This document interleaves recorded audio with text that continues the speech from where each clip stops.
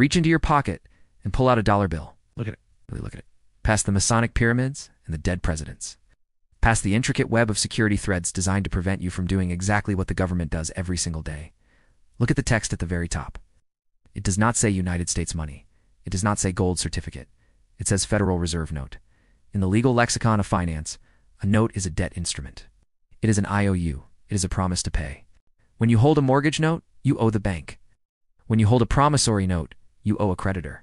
So if every single dollar in your wallet, in your bank account, and in the entire global economy is a note, a debt, then a terrifying question must logically follow. Who is the creditor?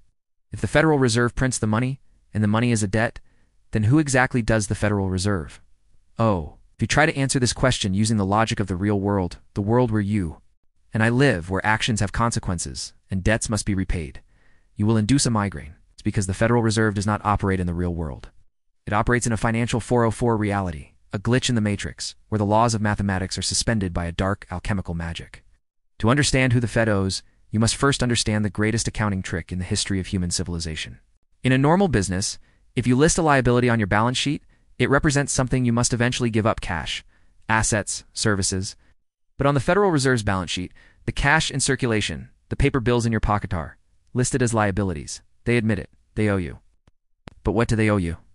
If you were to march up to the marble steps of the Eccles Building in Washington, D.C., slam a $10 bill on the counter, and demand that the Federal Reserve honor its liability, what would they give you? In the old days, they would have given you gold. But today, they will slide a pair of $5 bills back across the counter and tell you to get out. They owe you nothing but the paper itself. It is a debt that never has to be repaid, a liability that carries no obligation. It is a glitch in the accounting software of the universe, a circular reference error that has been codified into law. They have created a system where the IOU is the asset itself, a hallucination of value backed by absolutely nothing but your willingness to not ask questions. But the rabbit hole goes deeper, much deeper. We must look at the laboratory where this Frankenstein monster is born. They call it open market operations, a boring, sanitized term designed to make your eyes glaze over so you do unsee the sorcery happening right in front of you. Picture a medieval alchemist's lab, dark and filled with the smell of sulfur. But instead of turning lead into gold, they are turning nothing into trillions. When the Federal Reserve decides to print money, they don't actually turn on a printing press. That would be too honest. Instead, they sit at a computer terminal and simply type numbers into existence. But here's the catch, the serpent's egg of the entire system.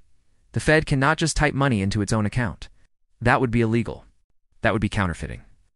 So, they perform a ritual of exchange. They only print money to buy one specific thing: debt, specifically United States Treasury bonds. The mechanism is a perfect, closed loop of insanity. The United States government spends more than it earns, which it always does. It needs cash. So, the Treasury issues an IOU, a bond, saying we promise to pay this back with interest. The Federal Reserve sees this IOU, creates digital dollars out of thin air, literally keystrokes on a screen, and buys the bond. The government gets the cash to wage wars and build bridges. The Fed gets the bond on its balance sheet. This is the horrifying revelation. Every dollar in existence is a receipt for a dollar of debt. If the U.S. government paid off its debt tomorrow, if they cleared the ledger, every single dollar in circulation would vanish. It would cease to exist. Our money is debt. The money supply can only grow if the debt grows. Prosperity, in this twisted Gothic architecture, is built on a foundation of eternal bankruptcy. So who is this Federal Reserve that holds the mortgage on the American empire? The name is a masterpiece of marketing, perhaps the greatest lie ever told. It is not federal. It has no more connection to the government than Federal Express. And it has no reserves. It is a private corporation, a banking cartel. If you peel back the layers of the corporate charter, you find that the Federal Reserve is owned by its member banks. It is a private club of the banking elite, granted a monopoly on the currency by the Congress in 1913, when the Fed owes money. It is a private entity owing a debt to itself, in a language only it speaks. It is a parasite that has convinced the host that it is an organ. But the Fed, in its infinite cunning, does not dirty its hands by dealing directly with the Treasury. That would look too much like a Banana Republic printing press. They need a layer of separation, a veneer of market mechanics to hide the rigging. Enter the primary dealers. These are the high priests of the system, the Goldman Sachs, the JP Morgans, the Citigroups. They are the chosen few, authorized to sit at the table. When the government issues debt, the Fed doesn't buy it directly. No, that would be uncivilized. The primary dealers buy the debt first, and then, mere moments or days later, the Fed buys it from them at a profit. It is a Gothic banquet where the plates are passed from the Treasury to the banks to the Fed. And every time the plate changes hands, the bankers take a bite. It is a laundering operation. The primary dealers are the middlemen in a transaction that should not exist, extracting a toll for the privilege of facilitating the illusion that the U.S. government is solvent. And now we arrive at the mathematical trap, the iron cage from which there is no escape. The interest. Remember, the Fed prints the money, the principal to buy the bonds? But the bonds carry interest. The government must pay back the money plus interest. But wait, the Fed only printed the principal. It didn't print the money to pay the interest. So where does the money to pay the interest come from? It doesn't exist. It was never created. The only way to pay the interest is to issue more debt, to print more money, to kick the can down the road. Oh. It is a Ponzi scheme so vast, so audacious, that it requires the entire globe to participate to keep it from collapsing. The debt must grow exponentially forever, because the mathematics of the system demand it.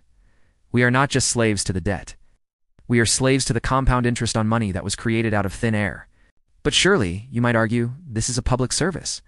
Surely the Fed isn't doing this for profit. This is where the 6% dividend comes in the smoking gun of private ownership. The member banks that own the Federal Reserve are required to subscribe to its stock. And by law, this stock pays a 6% annual dividend. Rain or shine, crisis or boom, whether the American people are starving or thriving, the private banks get their 6%. Oh, yes. It is the only risk-free investment in the universe. While your savings account pays 0.01% and inflation eats your livelihood, the owners of the printing press are guaranteed a return on their investment. It is feudalism with better PR. The lords of the manor take their cut of the harvest before the peasants even see the grain. The apologists for the system will point to the remittance. They will say, look, the Fed returns its profits to the Treasury at the end of the year. It's practically a government agency. This is the remittance illusion, a sleight of hand designed to pacify the ignorant. Yes. The Fed sends excess profits back to the government. Think about what those profits are. They are the interest payments that the government, the taxpayer, paid to the Fed in the first place. It is the government taking money out of your left pocket, handing it to the Fed taking a cut for its lavish expenses. It's marble buildings, it's thousands of economists, it's conferences in Jackson Hole, then handing the change back to the government to put in your right pocket. They act as if they are doing you a favor by returning your own stolen money, minus a handling fee. It is a shell game where the P is your future. Finally, we must address the most sinister consequence of all, the social weapon known as the Cantillon effect. This is why the rich get richer and you get poorer. It's not because of hard work or innovation, but because of the physics of money printing. When the Fed pours this new magical money into the system, it does not rain down on everyone equally. It is injected at specific points. Wall Street, the primary dealers, the corporate bond market. The people closest to the injection, point the bankers, the hedge funds, the ultra-wealthy, get the money first. They get to spend it before prices rise. They use it to buy up stocks, real estate, and hard assets at yesterday's prices. By the time this new money trickles down to you through your wages, through the broader economy, has been diluted. The prices of houses, groceries, and gas have already risen to reflect the new money supply. You are getting the toxic runoff of the monetary injection. You are drinking from the muddy waters downstream, while the elite drink from the crystal-clear spring at the source. The Fed does not owe you anything. You're the collateral damage. You are the sponge that absorbs the inflation so that the elite can absorb the assets. This is not a banking system. It's a vampire squid wrapped around the face of humanity, relentlessly jamming its blood funnel into anything that smells like money. And the terrifying truth is, they don't owe the money to anyone. They own the system, and in this casino, the house doesn't just win. The house owns the players. But the theft does not stop at the uneven distribution of new money. That is merely the appetizer. The main course is the silent tax, the most insidious mechanism of wealth extraction ever devised. When the Federal Reserve and the government tell you that they are targeting an inflation rate of 2%, they are politely telling you that they intend to steal 2% of your life's work every single year. If a burglar broke into your house every New Year SEV and stole 2% of your furniture, you would call the police. When the central bank does it, they call it price stability.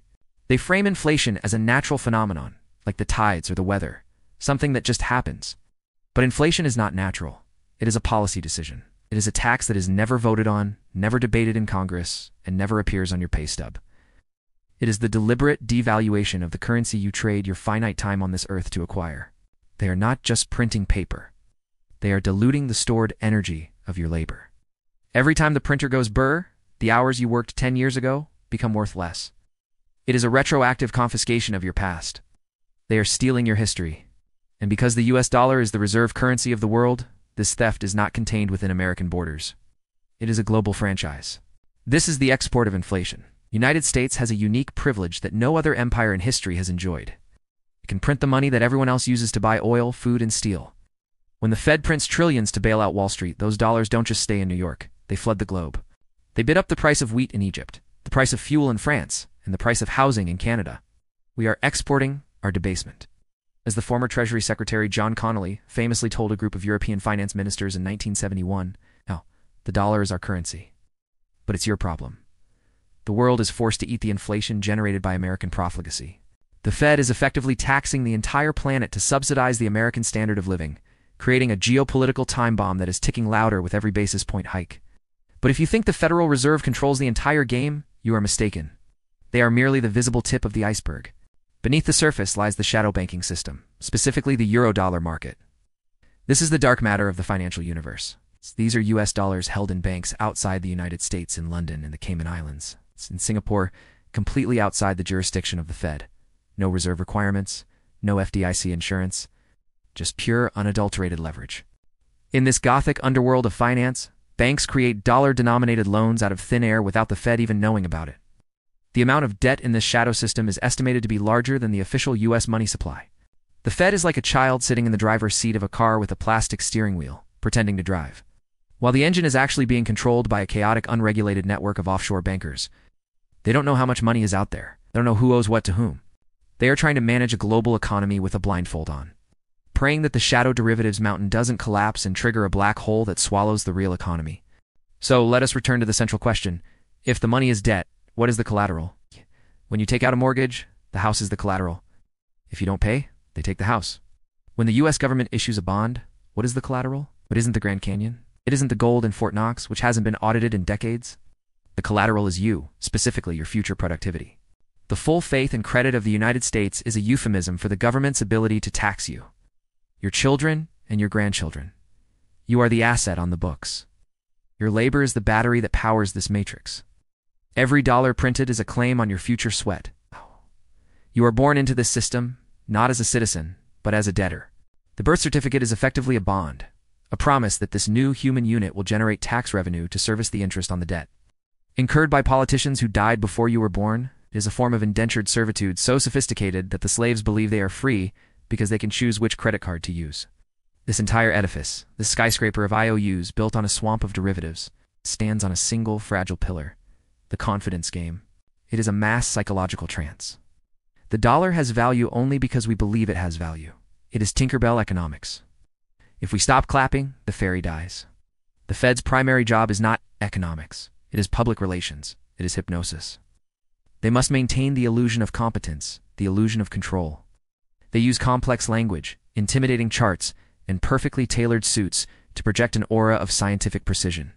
But behind the curtain, there is no science. There is only a panic-stricken man pulling levers, hoping the machine doesn't explode. If the world ever collectively wakes up and realizes that the emperor has no clothes and no gold, the hyperinflationary collapse would be instantaneous.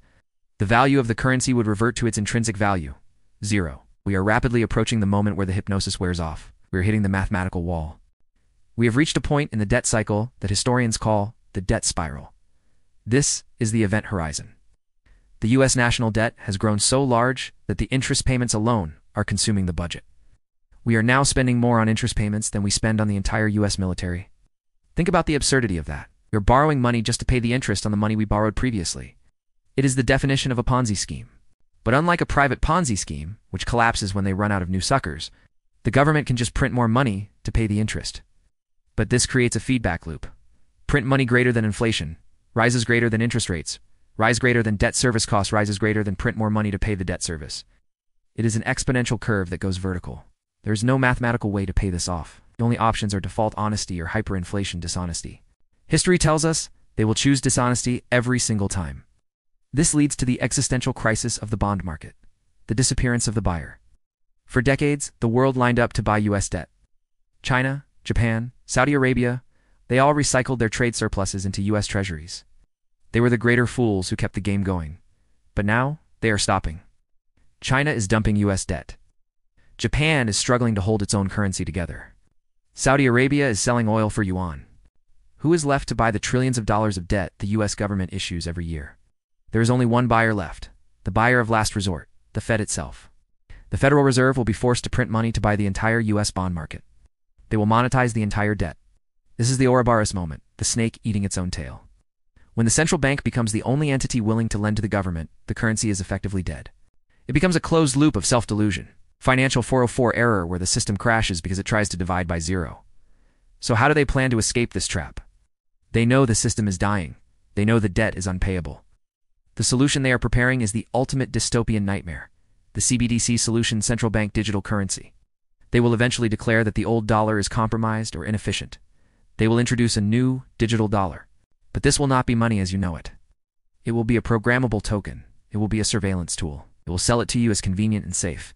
They might even drop free tokens into your account to get you hooked. Universal basic income to bribe you into the digital prison. But once you are in, the trap closes. With CBDC, they can bypass the banking system and tax you directly. They can impose negative interest rates, taking money out of your account if you don't spend it fast enough. They can turn off your ability to buy certain goods if your carbon footprint is too high or your social credit score is too low. It is the end of financial privacy and the end of economic freedom. It is the final consolidation of power where the creditor, the state, has absolute control over the debtor, you. However, there is a glimmer of historical truth that breaks through the gloom. Throughout 5,000 years of history, every single fiat currency experiment has ended the same way. It returns to its intrinsic value of zero. This leads to the Jubilee. In ancient times, when the debt burden became mathematically impossible and threatened to tear society apart, the king would declare a Jubilee, wiping clean of the slate. The debts were forgiven and the clock was reset. The modern Jubilee will not be so kind. It will come in the form of a currency collapse. The debt will be wiped away not by forgiveness, but by inflation. The $35 trillion owed will still exist on paper, but those dollars will be worth nothing. It is a default by another name. Bondholders will get paid, but they will get paid in confetti. The system will reboot, likely backed by a basket of hard assets, gold, commodities, energy, because no one will trust a piece of paper again for a generation. Conclusion: the great theft. So, if the Fed prints money, who do they owe it to? The answer is the punchline of the greatest joke ever told. They don't owe it to anyone. The liability on their balance sheet is a fiction. The system is not designed to be balanced. It is designed to be a vacuum cleaner. It sucks real wealth, your labor, your time, your land, your resources from the bottom of the pyramid and concentrates it at the top, leaving behind a residue of paper IOUs that are destined to burn. The Federal Reserve is not a bank. It is an engine of inequality. It is a mechanism to ensure that the people who own the assets, the stocks, the real estate, the corporations get richer, while the people who work for a living get poorer. You are running on a treadmill that they control the speed of. The only way to win is to realize that the game is rigged. Do not save in their paper. Do not store your life force in their Federal Reserve notes. They can print the paper, but they cannot print gold. They cannot print Bitcoin. They cannot print land. They cannot print time. Step out of the matrix. Look at the crumbling Gothic cathedral of their debt. And realize that the only person you owe anything to is your future self, and the time to stop paying their silent taxes now.